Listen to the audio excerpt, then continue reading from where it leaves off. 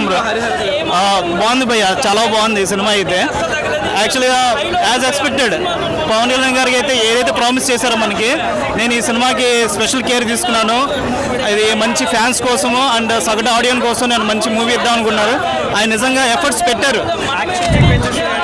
Action sequences, background music cinema యాక్చువల్గా ఆయన పవన్ కళ్యాణ్ గారు ఏదైతే అన్నారో, ఎప్పుడు పడిపోతున్నా సరే కిరవాణి గారు వచ్చి మమ్మల్ని ఎంకరేజ్ చేస్తున్నట్టుగా బ్యాక్గ్రౌండ్ మ్యూజిక్ ఇచ్చారు. అది పర్ఫెక్ట్గా ఎగ్జిక్యూట్ అయ్యింది. బ్యాక్గ్రౌండ్ స్కోర్ లేకపోతే సినిమా కొంచెం డల్ అయ్యేది. But background score and Pawan Kalyan గారి యాక్టింగ్ రెండు నెక్స్ట్ లెవెల్ ఉంటుంది. ఎంట్రీ సీన్ చాలా ఎక్స్ట్రాడినరీగా ఉంటుంది. అండ్ క్లైమాక్స్ అయితే యూ కాంట్ ఎక్స్పెక్ట్ అనమాట. అన్బిలీవబుల్. అసలు ఇట్లాంటి క్లైమాక్స్ ఉంటుందా అని మనం ఎక్స్పెక్ట్ చేయలేము. We expect something war. కానీ పవన్ కళ్యాణ్ గారు ఆయన విజన్ వేరుంది అసలు. నిజంగా అది మన తారుమారు చేస్తుంది. టోటల్గా అయితే సినిమా చాలా బాగుంది. గ్రాఫిక్స్ కొంచెం అక్కడక్కడ పవన్ కళ్యాణ్ గారిని కొంచెం గ్రాఫిక్స్ చేశారు కానీ, బట్ ఇది ఆ ఫ్లోలో వెళ్ళిపోతుంది.